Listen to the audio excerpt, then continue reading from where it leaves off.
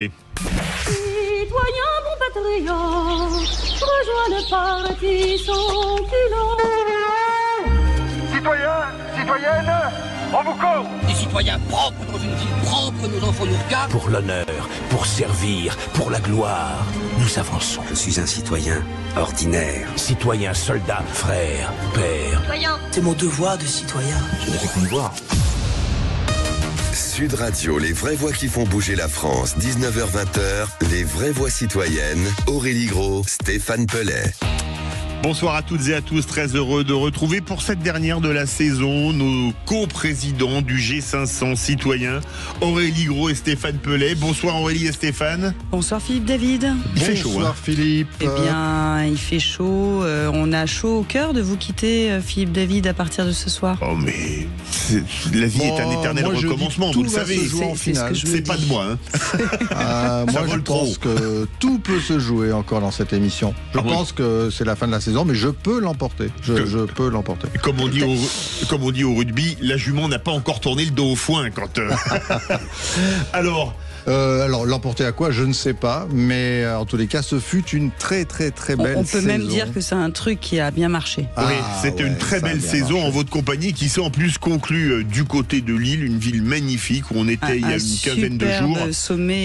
Un superbe sommet au garage. Expérience garage à Lille, et on a la chance d'avoir Christophe Levif à nos côtés. Absolument, parce qu'aujourd'hui on va avoir un focus sur deux initiatives phares croisées au sommet citoyen de Lille.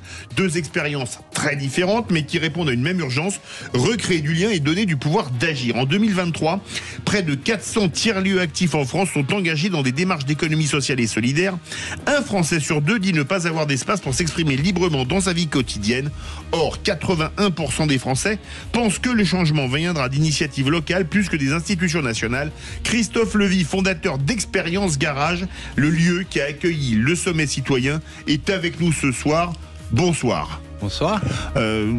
C'était magnifique quand même ce sommet citoyen. C'est gentil, merci. Mais je pense que ça a été partagé par tous les participants, d'où qu'ils sont venus, et puis quelles que soient les raisons qu'on avait de participer à ce sommet. Effectivement, en tout cas, on en avait une d'être tous ensemble, et physiquement à Lille, à Garage, et digitalement un peu partout en France. C'était d'amener chacun notre contribution finalement au rôle de citoyen et à notre pays.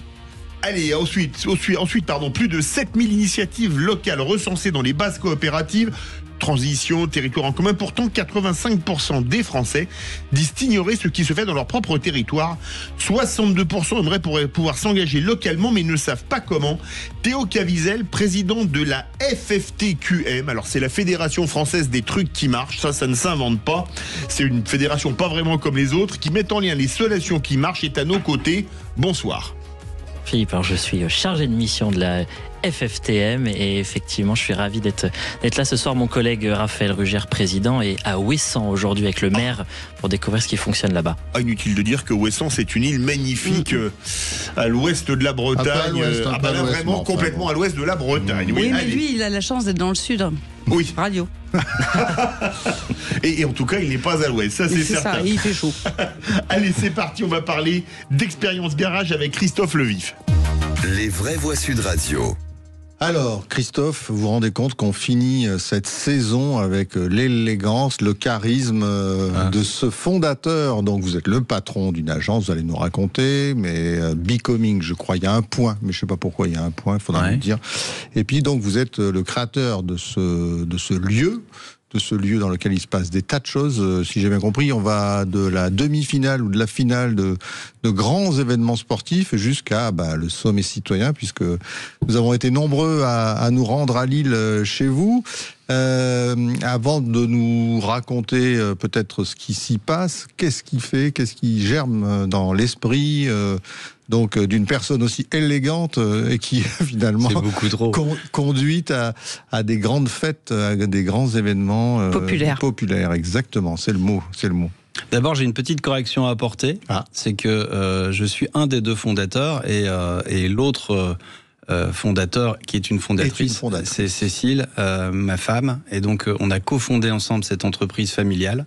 Et ben c'est l'occasion de lui rendre cet hommage. C'est pour ça que c'est gentil, et moi aussi.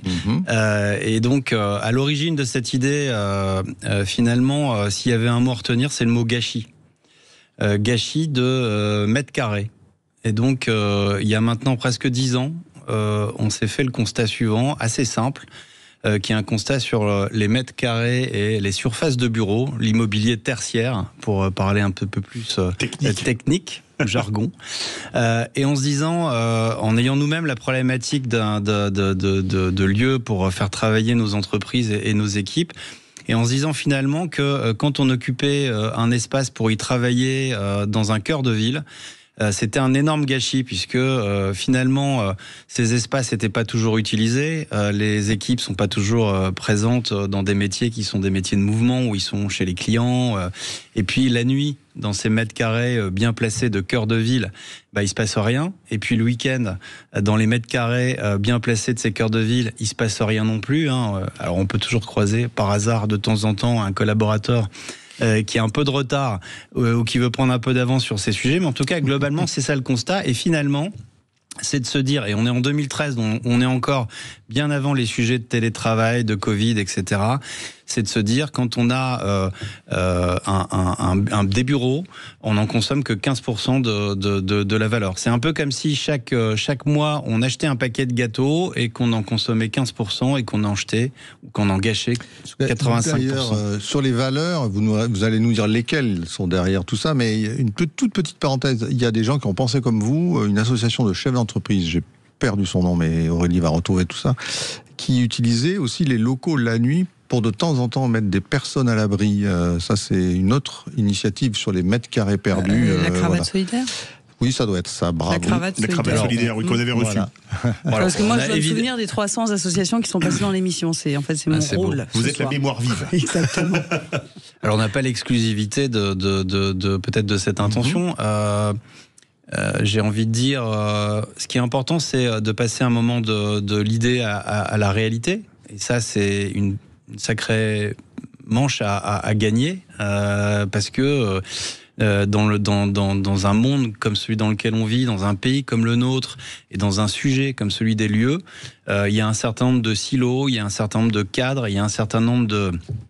Je ne sais pas si c'est des idées reçues ou en tout cas des schémas mentaux, ou en tout cas il y a des certitudes et elles sont assez naturelles et logiques parce que pour certaines, elles existent depuis des décennies, voire des siècles. Et donc la question c'est comment on casse les idées reçues et les certitudes pour pouvoir inventer quelque chose qui n'existe pas. Et Garage, à la connaissance qu'on en a et qu'on a de ce secteur et de ce marché, c'est un lieu qui a cassé ces schémas mentaux. Et justement, vous avez été chercher un lieu quand même relativement atypique puisque c'est un ancien garage, d'où le nom. Comment vous vient une idée pareille ?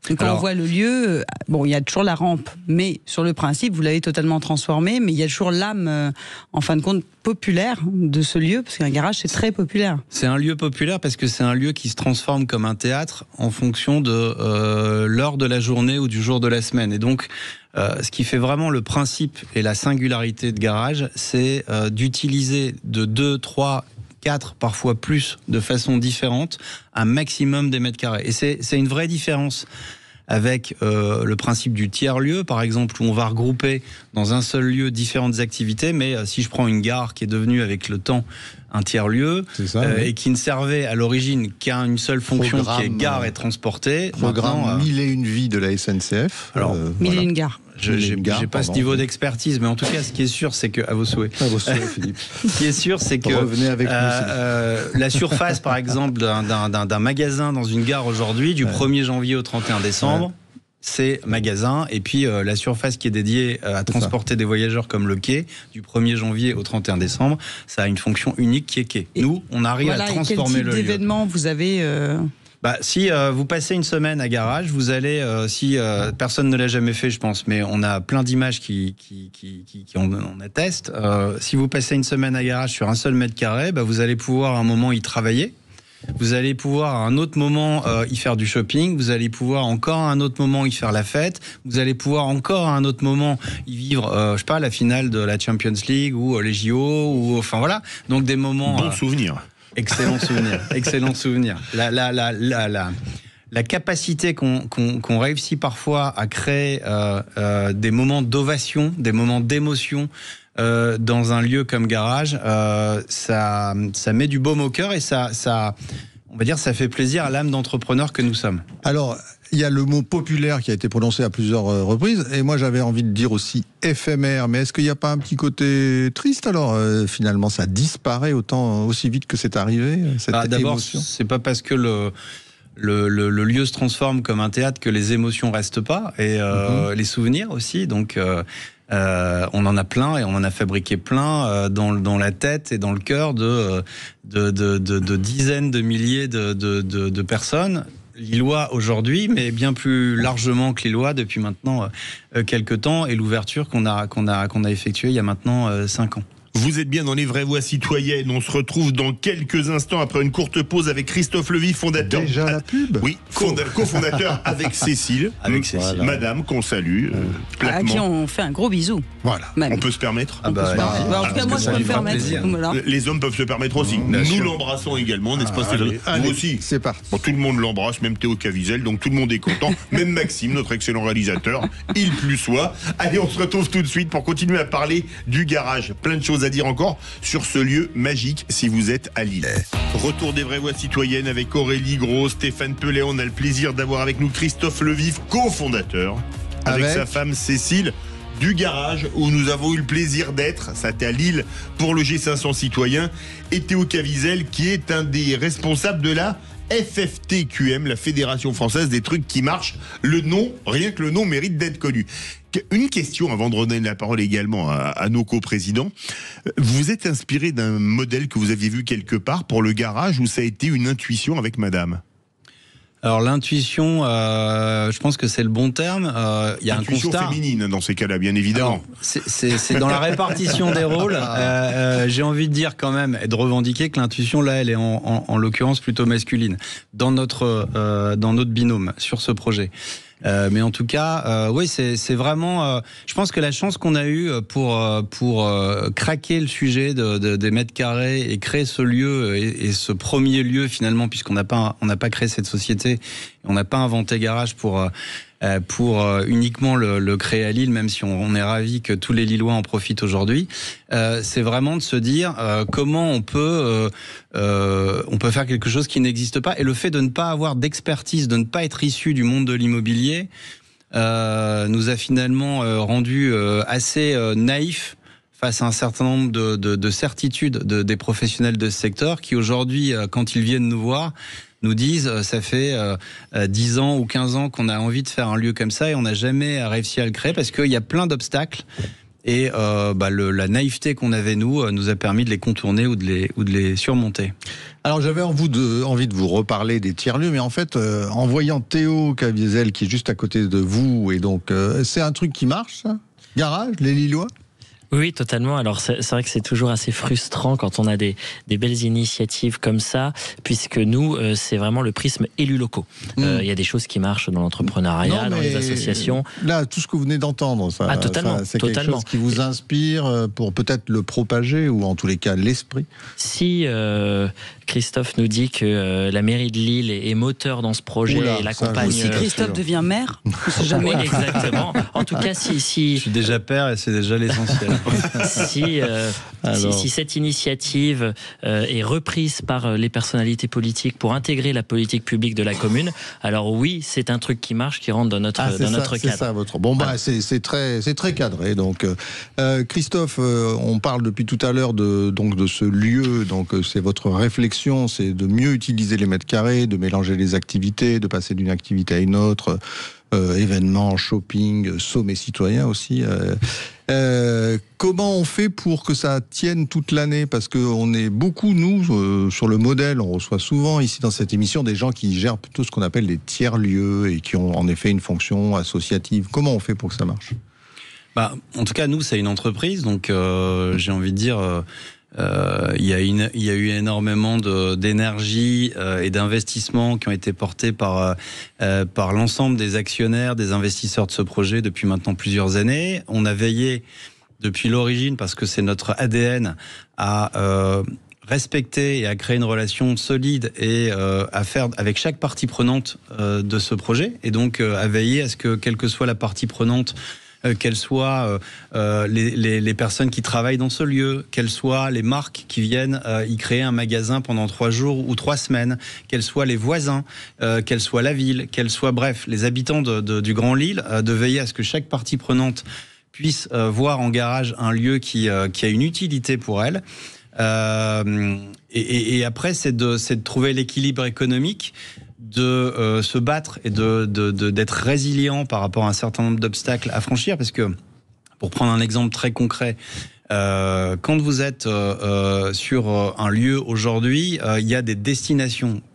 Pour 1 mètre carré a une destination. Il a un objet, il sert à quelque chose. Et donc, quand vous êtes, vous, sur un lieu que vous avez créé et qui est un lieu dont les destinations varient en fonction du moment, il faut pouvoir, en concertation, faire avancer les sujets avec les pompiers, par exemple, pour garantir la sécurité et faire en sorte que, quel que soit le type d'événement, de jour, de nuit, en petit comité privé ou populaire par centaines et parfois par milliers par week-end, on puisse vraiment répondre et cocher toutes les cases qui font que ce projet, il est vous rentrez pas dans le formulaire classique de l'événement de la commission de sécurité, ou même, j'imagine, pour un projet pour les banques ou autres, expliquer le concept, vu qu'il est novateur et unique en France, ça devait être pas simple. Alors c'est difficile de faire de l'inédit, en fait. C'est-à-dire que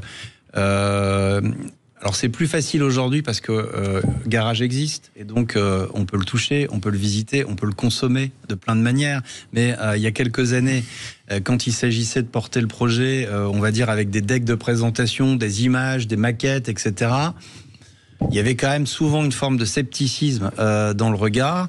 Peut-être qu'il existe encore dans le regard de certains. Voilà, nous, notre rôle, c'est de mener notre entreprise le mieux possible, en y mettant, comme depuis le début, tout notre cœur et toute notre énergie entrepreneuriale, et puis en essayant d'en faire un lieu qui soit utile et un concept qui crée de la valeur pour tout le monde. Alors, vous parlez de regard. Donnez-nous 2, 3, 4, 5 événements ou utilisations qui vous ont marqué là dans les dernières années, avec peut-être... Alors, outre le G500 citoyen, ça va de soi. Donc je vais commencer par le deuxième. Alors,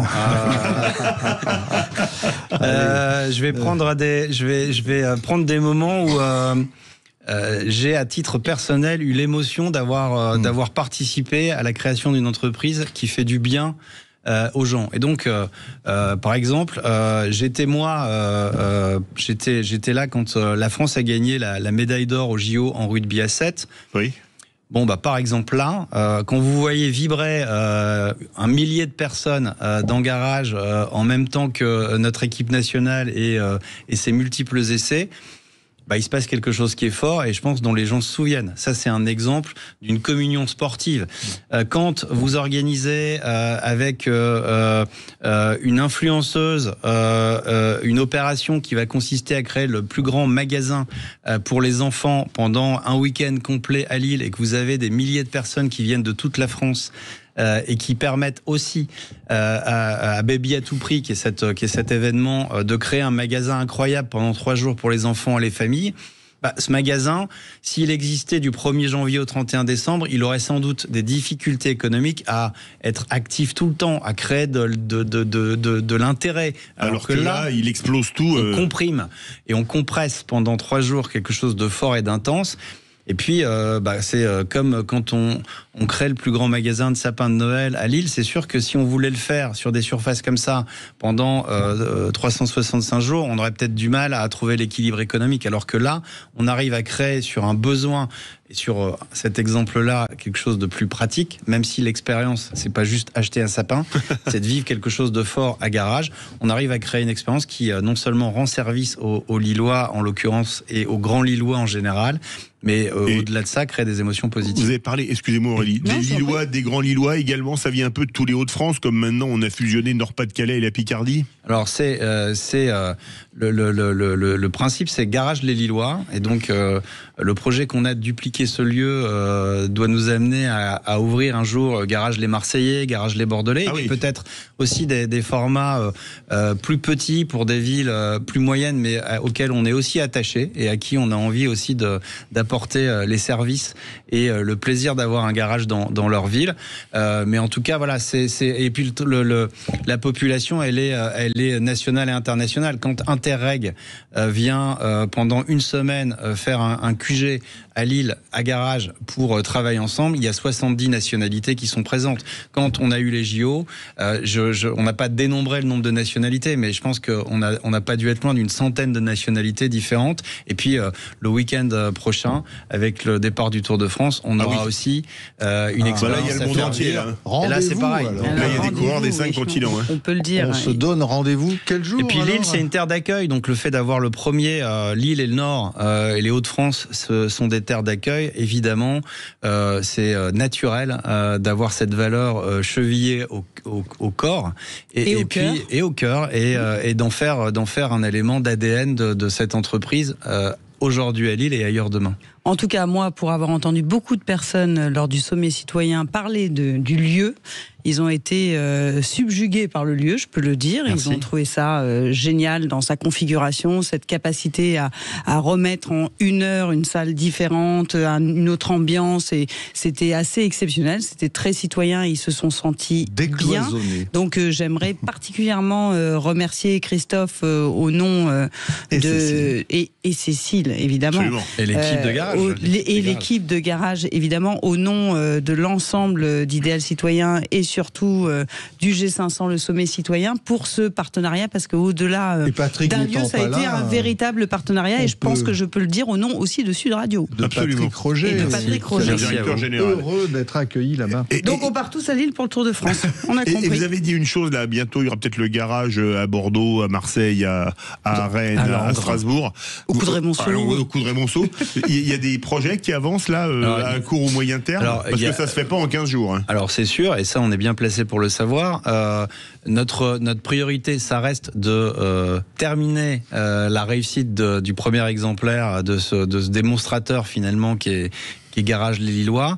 On a des projets et des dossiers en cours d'étude sur la duplication ailleurs, comme on se l'est dit, et il n'y a peut-être pas de hasard dans les exemples, non pas de lieux, mais d'habitants que j'ai cités en parlant des Marseillais, des Bordelais.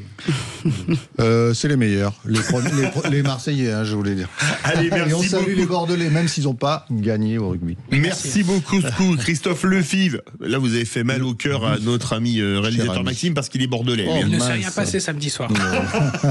J'ai oublié. C'était pourtant en direct sur Sud Radio. C'est vrai, co-fondateur d'Expérience Garage. Dans quelques instants, on retrouve Théo Cavizel, porte-parole de la FFTQM, la Fédération Française des Trucs qui Marchent. On va en débattre avec vous également. Sud Radio, les vraies voix qui font bouger la France, 19h-20h, les vraies voix citoyennes, Aurélie Gros, Stéphane Pellet. Retour des vraies voix citoyennes avec bien évidemment Aurélie Gros, Stéphane Pellet, les co-présidents du G500 citoyen. Évidemment, Christophe Levif est resté avec nous, mais on reçoit le porte-parole ou chargé de mission de la Fédération Française des Trucs qui Marchent, Théo Cavizel. C'est moi. C'est vous? Non, c'est pas moi, Théo. Non, mais ça j'avais compris. Oui, on est ravis d'avoir Théo Cavizel, qui est en fin de compte chargé de mission, certes, mais un des artisans de cette fédération qui paraît, dans son titre en tout cas, complètement décalé, mais terriblement utile, car quand on remarque qu'il y a toujours en France encore 35 000 communes, ce n'est pas rien, des initiatives génialissimes, 500 000 élus locaux, mais à côté de ça, des élus locaux qui ne veulent plus se représenter, puisqu'aujourd'hui, nous sommes à presque un maire sur 2 qui ne souhaite pas repartir, et cette fédération met en avant toutes ces actions locales portées qui peuvent être dupliquées ailleurs. Donc Théo, ma première question, c'est comment est née cette fédération? Parce que quelque part, je trouve le titre génial, mais comment c'est né? Pourquoi vous êtes intéressé aux collectivités locales et tout particulièrement les maires et les élus locaux, ceux qui sont les pieds dans la boue? C'est né d'une rencontre entre Raphaël Rugère, jeune élu dans le Cher, élu à 19 ans conseiller municipal de Neuvy-sur-Barangeon, et puis ce qui allait devenir ses patrons du cabinet Évidence, qui accompagne notamment des collectivités sur leur stratégie d'aménagement du territoire. Et Raphaël, à la fin de son stage, dit à ses patrons qui voulaient le garder, écoutez, là, moi, j'en ai un peu marre, ma mère à IRE fait que de me dire ça coûte trop cher, c'est trop compliqué, attends un peu. Aussi, hein, certainement. Ça sent le vécu. Il s'est dit, c'est pas possible, je vois quand même des choses qui fonctionnent, donc je vais prendre mon bâton de pèlerin et je vais aller à la rencontre de mes pairs partout en France pour essayer de trouver des bonnes idées à ramener chez moi. Donc il fait ça naïvement, et donc il dit à ses patrons, écoutez, je vais prendre une pause et puis on verra si quand je serai revenu, je pourrai réintégrer votre cabinet. Et un des 3 cofondateurs qui a beaucoup bossé dans les ministères, qui a fait des grands plans nationaux de X et Y qui n'ont pas toujours marché, s'est dit, mais attends, j'ai une intuition, je veux créer la Fédération française des trucs qui marchent à destination des élus locaux. Depuis quelques années, ton Tour de France pourra en être le démarrage. Donc tu pars à la rencontre des maires, tu restes en stage chez nous, et si tu nous ramènes des bonnes idées, on en fait la Fédération française des trucs qui marchent. D'accord, et donc vous avez visité combien de communes jusqu'à présent ? On est à plus de 400 communes aujourd'hui en 4 ans. Et des trucs qui marchent, il y en a en France ? Ah oui, il y en a, et c'est ce qu'on dit. Si on mettait autant d'énergie qu'on en dépense dans ce qui ne fonctionne pas au bénéfice de ce qui fonctionne, le pays irait beaucoup mieux. Donc on en a tout un tas, et notamment Médecins Solidaires que vous avez eu avant trentaine il y a quelques mois ou voire quelques années, qui a été un des premiers trucs qui marchent qu'on a détecté à Agen. Alors on rappelle, c'est des médecins qui allaient dans des zones avec des déserts médicaux. Exactement, c'est au lieu d'avoir un médecin qui reste toute l'année dans un territoire, ce qui n'est pas forcément évident dans certains territoires, on a 52 médecins qui viennent chaque semaine, et ce qui permet de remettre dans le système de santé tout un tas d'habitants qui ont de nouveau un médecin traitant. Alors moi j'ai une question à vous poser. Déjà à la base, vous êtes parti donc sur les communes, c'est ça, hein, on a dit 35 000 communes en France, c'est-à-dire la moitié de toutes les communes d'Europe. Il faut quand même savoir que la France c'est 35 000 communes, et les 26 autres pays de l'Europe c'est 35 000 communes aussi. Mais ça marche, les communes ? Alors oui, moi je suis un fervent défenseur de l'échelon communal. En fait, c'est ce qui nous rassemble, c'est le ciment de notre démocratie, et c'est ce qu'on dit toujours à la FFTM. On aura beau avoir le pire gouvernement et le pire parlement français, si ça va bien dans nos communes, si les crottes de chiens sont ramassées, s'il y a des cafés pour discuter, s'il y a des lieux pour se parler, s'il y a des médecins pour se soigner, s'il y a des bus pour se déplacer, on sera heureux. L'inverse n'est pas du tout vrai. On aura beau avoir le meilleur président de la République et le meilleur Parlement, si ça ne va pas chez soi, on sera malheureux. Mais c'est quand même une chose intéressante, parce que les élus dont les Français se sentent les plus proches, ce sont les maires.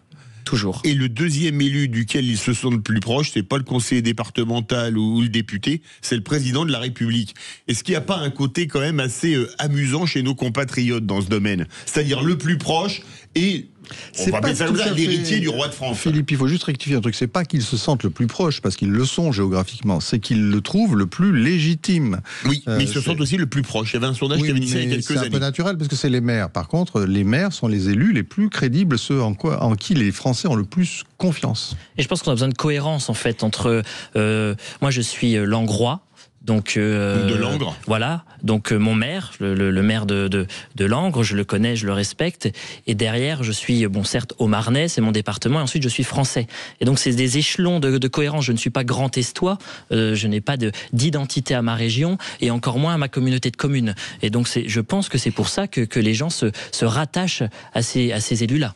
Et comment on explique, parce que ces élus qui entreprennent, parce que c'est vraiment des entrepreneurs pour leur vie locale, dans tout, c'est en plus on a la question de la visibilité de ce qu'ils font au quotidien. Il y a aussi cette question-là, la proximité, de l'argent public, comment il est dépensé, ça se voit tout de suite dans une commune. Comment on explique que ces maires qui s'engagent autant ne veuillent plus, 1 sur 2, se représenter, ou hésitent à... on organise une grande soirée chaque année à la veille du Salon des maires, et Frédéric Dabi, qui travaille à l'IFOP, directeur général de l'IFOP, qu'on connaît bien sur Sud Radio. Oui, bien sûr. Il était venu nous en parler, et il y a un désamour de la fonction, parce qu'on est à portée de baffe, en fait. Alors oui, c'est exactement ça. Oui, donc c'est exactement la raison d'être de la FFTM, c'est de venir dire aux élus locaux, vous faites des choses formidables. Et parfois je vais voir des maires, parce qu'on me les a conseillés tout simplement. Écoutez, j'ai accepté l'invitation de mon voisin qui m'a dit de vous accueillir, mais je sais pas trop quoi vous dire. Et quand on tire le fil, en fait, bah oui, il y a plein de trucs qui marchent. Et donc effectivement, je pense qu'ils ont vraiment besoin d'être remis en avant, parce qu'ils n'ont pas le temps de venir ici à Paris sur les plateaux télé, ils ont les deux mains dans le cambouis. Mais voilà, il faut des associations comme les nôtres qui allons les voir sur le terrain et qui les mettent en avant. Et alors sur les initiatives, il y en a combien à peu près qui ont été retenues sur les 400 communes visitées, du moins reconnues et dupliquées?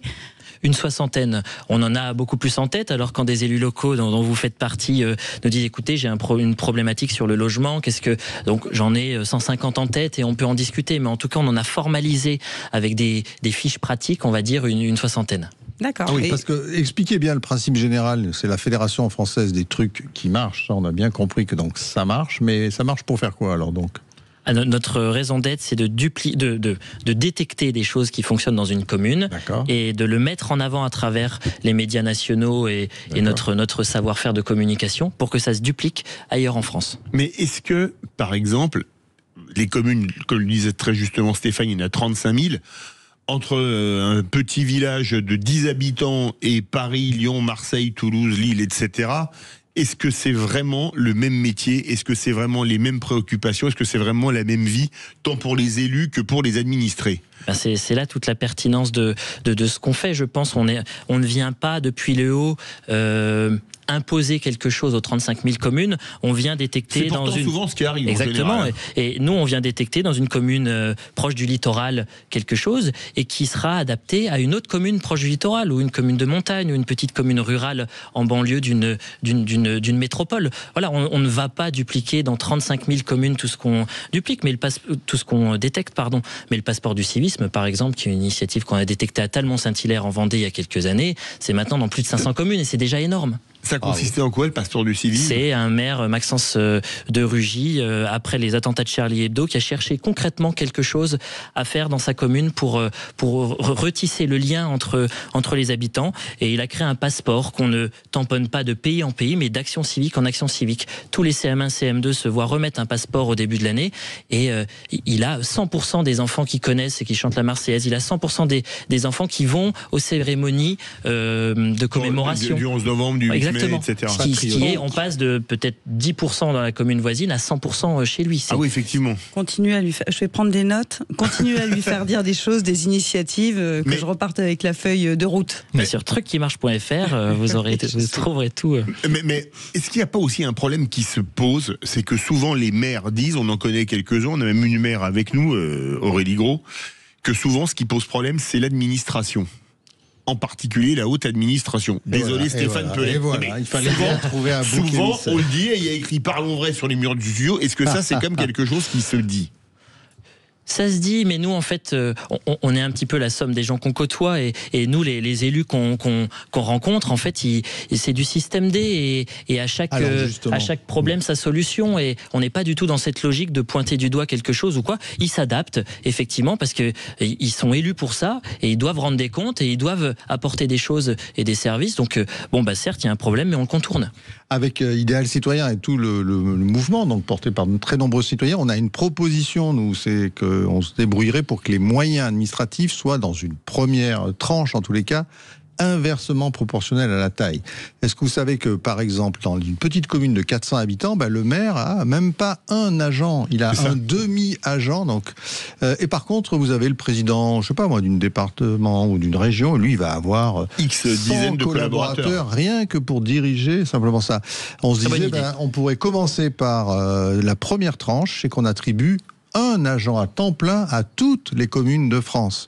Et après, bien sûr, il y aura des moyens, parce qu'une grande ville nécessite bien sûr des moyens pour la diriger, mais c'est souvent beaucoup plus facile, et les maires des communes, des petites communes le savent, ils ont les mêmes problèmes que les grandes, mais ils ont beaucoup moins de moyens pour les diriger. Les mêmes problèmes, les mêmes réglementations, les mêmes dossiers de subvention, tout pareil. Exactement. Sauf que sans l'administration et sans un certain niveau, ça donne un boulot supplémentaire à l'élu, et on ne peut pas dire que les élus locaux ne sont pas rémunérés. Et bénévoles, ils sont bénévoles, il faut le rappeler. Oui. Non, ils sont tous bénévoles.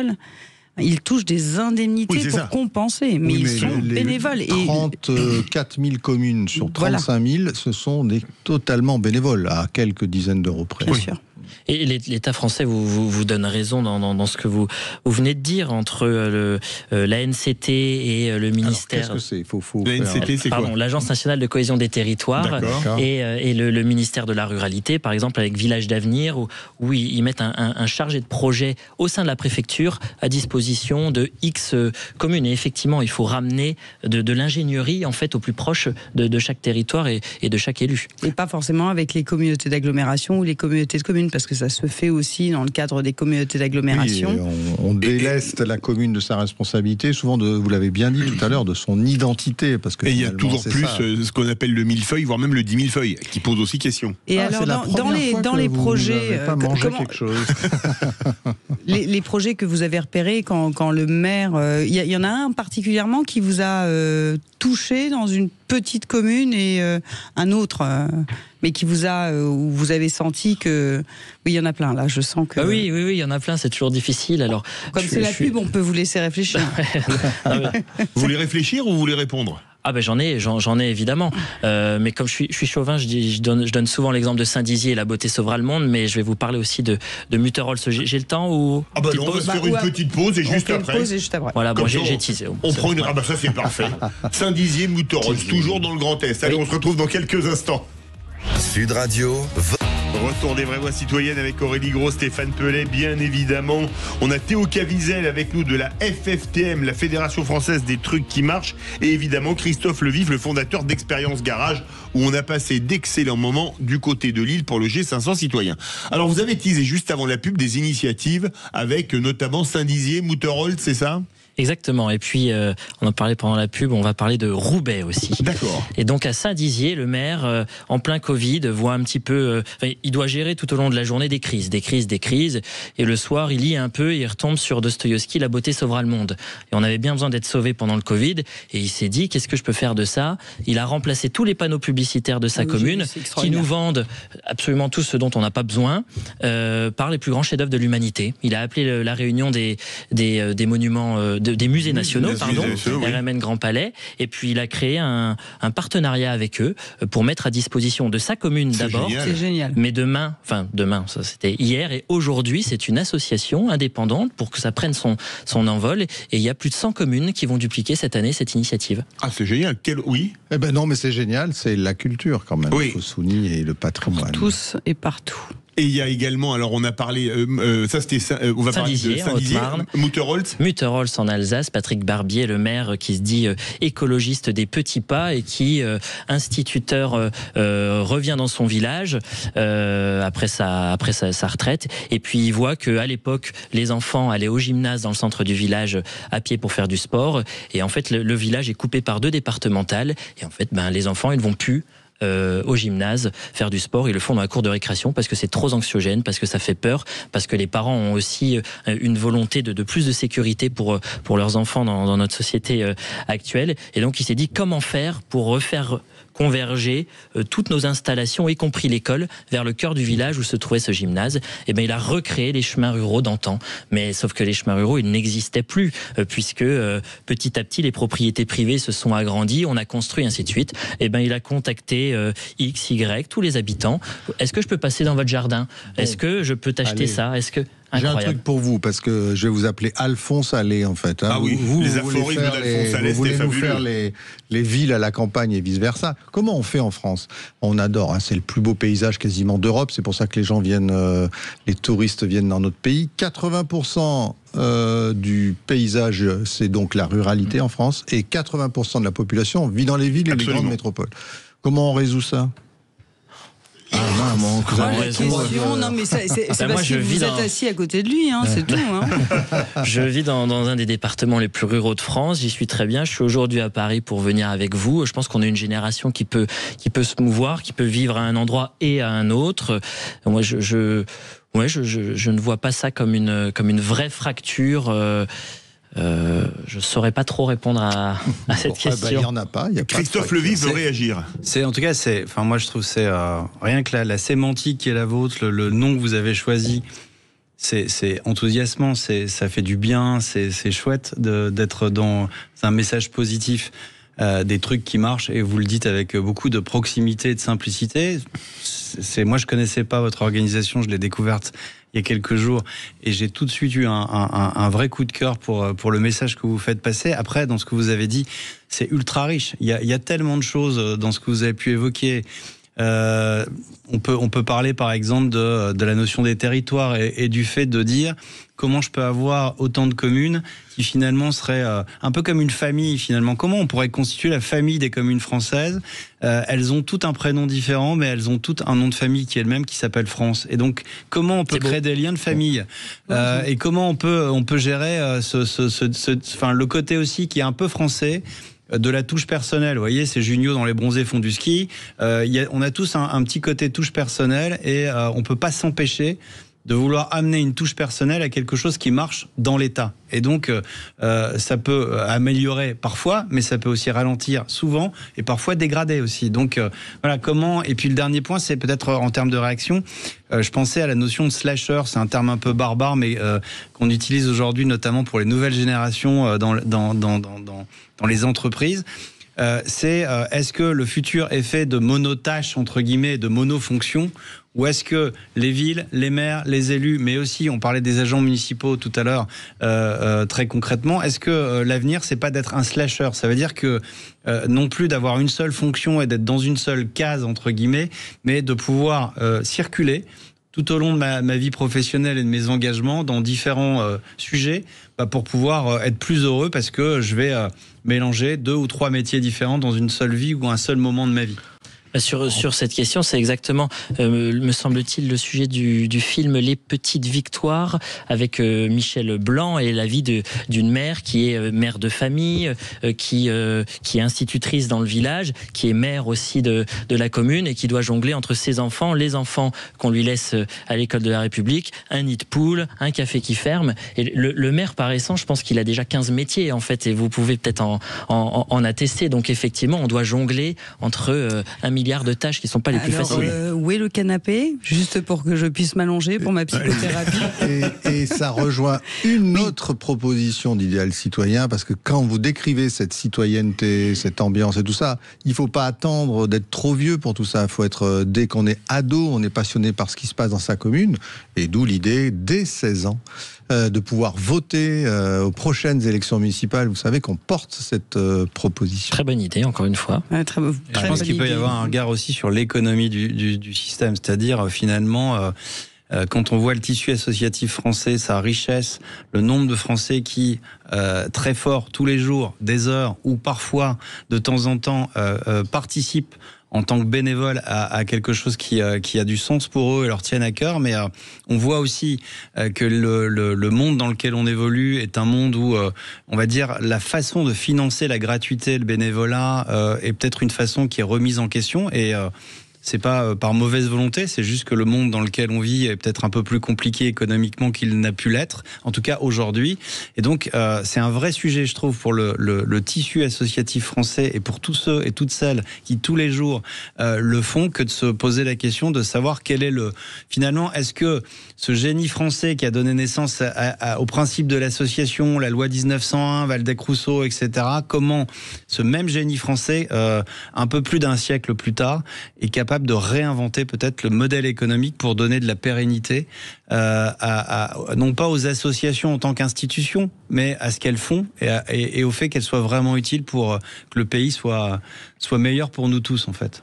Et d'ailleurs, dans les maires que vous rencontrez et qui ont des trucs qui marchent, vous avez des maires qui font des projets, vous avez vu des projets en tout cas passés, faits avec la société civile, avec les citoyens, avec la participation citoyenne, ou pas? Quasiment toujours, et d'ailleurs c'est vrai qu'on parle beaucoup de maires ici, mais je veux rendre hommage quand même aux adjoints, conseillers municipaux. Sur scène, lors de notre grande soirée annuelle, on met autant en avant les maires que les adjoints et conseillers municipaux. Mais effectivement, presque à chaque fois, ça vient, les trucs qui marchent vient soit certes de l'élu, mais parce que l'entrepreneur du coin l'a un peu secoué et puis lui a fait penser à cette chose, soit parce qu'il l'a co-créé avec les habitants ou les associations. Et vous n'avez pas pensé à élargir la Fédération française des trucs qui marchent sur des initiatives autre.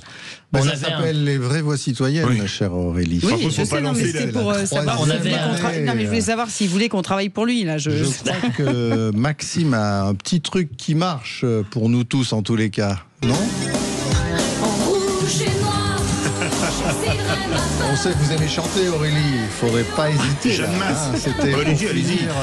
En beauté pour finir cette saison. En rouge et noir, Sud Radio. En rouge et noir, Sud Radio. Les trucs qui marchent, le garage qui fédère. Et j'ai pas posé ma question, comment peut-on vous aider ? Comment peut-on vous aider ? Qui gagne toujours à la fin. C'était à vous que je parlais, Théo. Comment on peut vous aider en 30 secondes ? C'est exactement ce qu'on fait là. En fait, on est autant sur les routes de France qu'avec les médias locaux et nationaux, et c'est comme ça qu'on arrivera à répandre cette bonne parole de trucs qui marchent, qui est une philosophie, mais qui est aussi quelque chose de très concret au service des élus locaux du pays. Merci beaucoup à tous. Merci Théo Cavizel de la Fédération Française des Trucs qui Marchent, ça ne s'invente pas. Merci beaucoup Christophe Levivre de l'expérience Garage à Lille qui nous a royalement accueillis pour le G500 citoyen. Merci beaucoup à nos deux co-présidents Aurélie Gros et Stéphane Pellet. C'était un plaisir de passer cette saison avec vous. On vous embrasse très fort. Bonnes vacances. Bonnes vacances. Et tout le meilleur. Et maintenant, il est arrivé.